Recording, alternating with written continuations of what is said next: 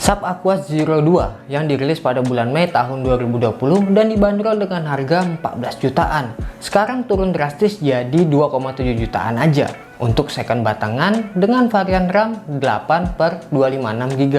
Nah, kira-kira worth it nggak ya dipakai dan dibeli di tahun 2021 ini? Mengingat harganya itu udah turun drastis dalam 1 tahun terakhir. Hai guys, ketemu lagi sama aku Yusri Adi Putra di YouTube channel iGadget. Nah, di video kali ini aku mau nge-review mantan flagship dari Sharp, yaitu ini dia, Sharp Aquos Zero 2 atau yang lebih dikenal dengan sebutan SHV47. Sharp Aquos Zero 2 ini diklaim sebagai handphone teringan di dunia pada tahun 2020. Kesan pertama waktu aku pegang handphone ini memang sesuai dengan klaim tersebut, karena terasa sangat ringan. Bobot handphone ini sendiri cuma 141 gram. Ini benar-benar ringan ya. Tuh. Ini saking ringannya itu kayak megang handphone mainan. Kalian tahu kalau misalnya ada handphone yang kalau dipencet itu ada musiknya itu? Nah, itu mirip kayak gini tuh ringannya. Desain dari handphone ini juga sudah menggunakan teknologi layar melengkung di sisi kiri dan kanannya. Bahan dari frame sampingnya menggunakan material magnesium alloy yang sangat ringan. Sedangkan untuk material belakangnya menggunakan aramid fiber. Jadi walaupun enteng, kesan elegan dan mewah dari handphone ini masih dapat. Feel di tangan ini masih cukup enak, nyaman digunakan dan juga nyaman dioperasikan menggunakan satu tangan.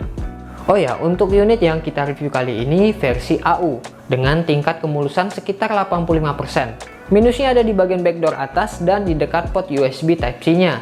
Ya namanya juga handphone second, jadi ada resiko yang harus kita ambil kalau misalnya kita beli handphone second ini. Salah satunya itu ya tingkat kemulusannya.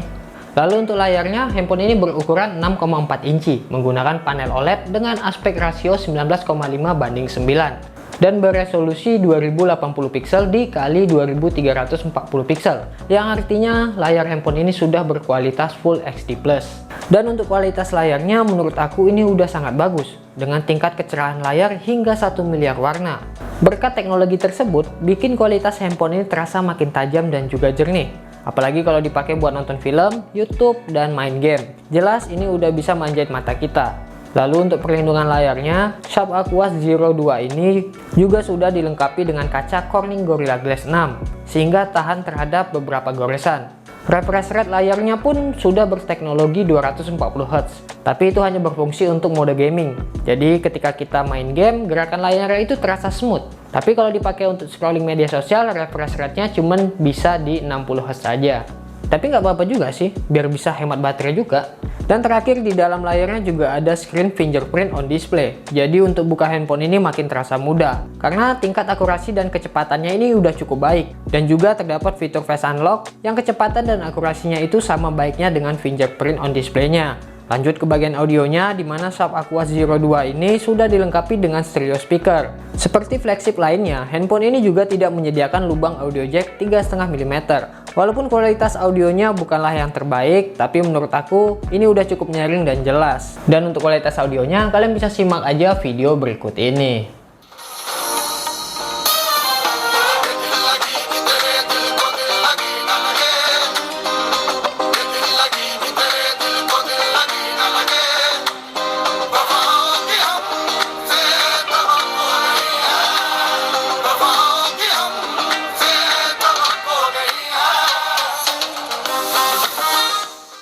Lalu untuk performanya, handphone ini ditenagai dengan chipset Qualcomm Snapdragon 855 dengan fabrikasi 7 nanometer. Selain dari chipset yang kuat, kekuatan performa handphone ini juga didukung oleh RAM yang sangat besar, yaitu 8 GB.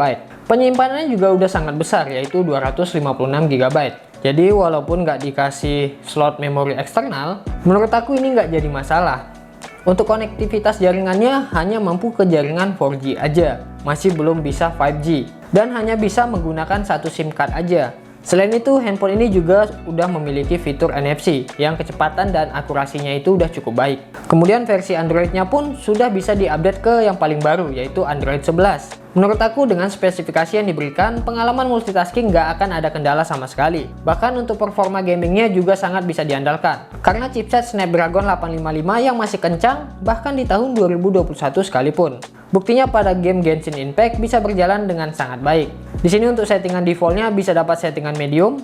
Pada gameplaynya aku main di settingan medium dengan 30 fps. Dan menurut aku Sub Aquos Zero 2 ini cukup bisa jalanin Genshin Impact dengan sangat baik. Tapi sesekali ada frame drop atau patah-patah kalau lagi banyak musuh.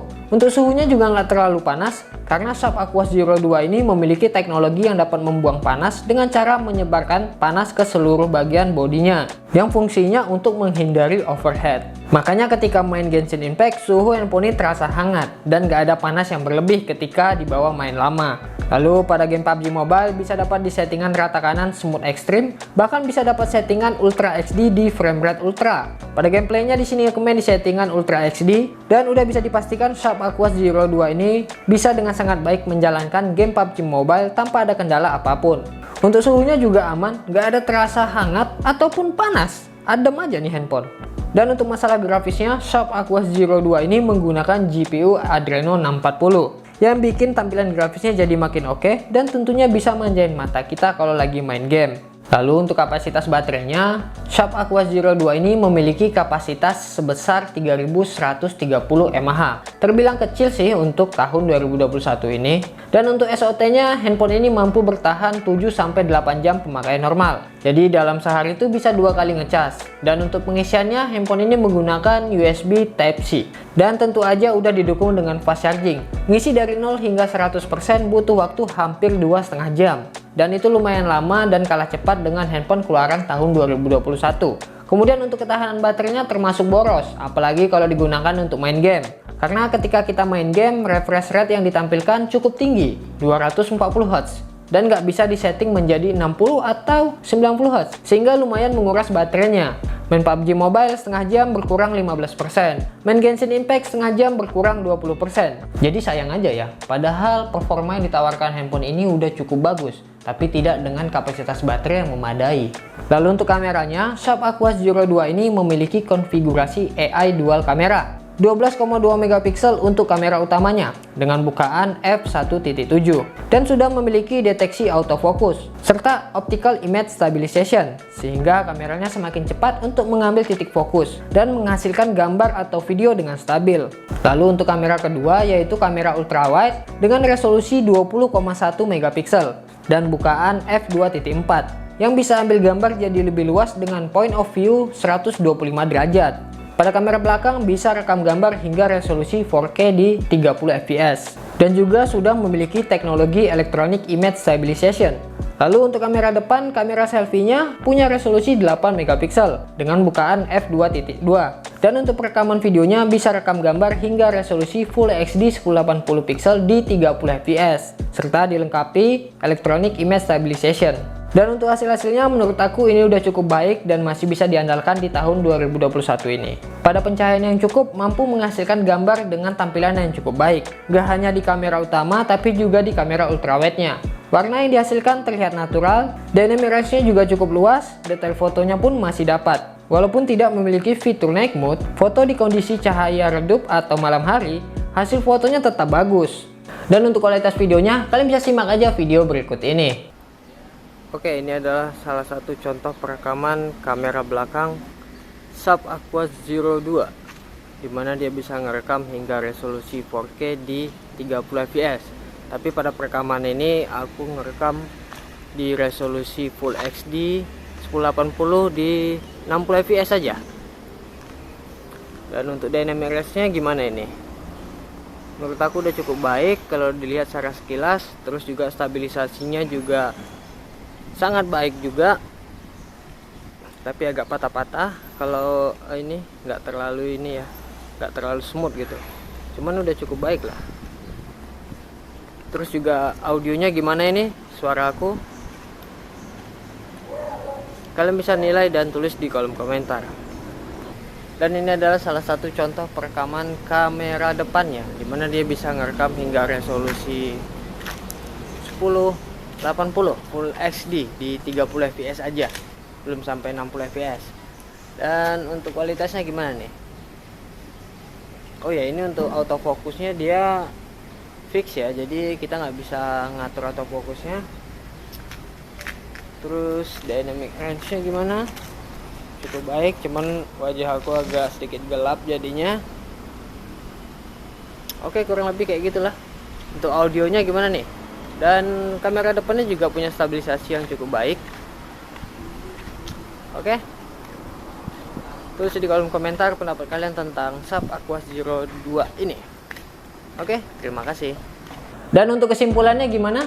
Secara keseluruhan, Sharp Aquos Zero 2 ini lebih mengutamakan kualitas layar dan performa. Hal ini dibuktikan dari warna layar yang dihasilkan lebih tajam, refresh rate layarnya yang tinggi, didukung dengan RAM dan internal yang besar, serta dengan chipset yang cukup kencang. Untuk hasil kameranya pun ini udah termasuk bagus, walaupun bukan yang terbaik. Tapi bisalah diandalin di tahun 2021 ini.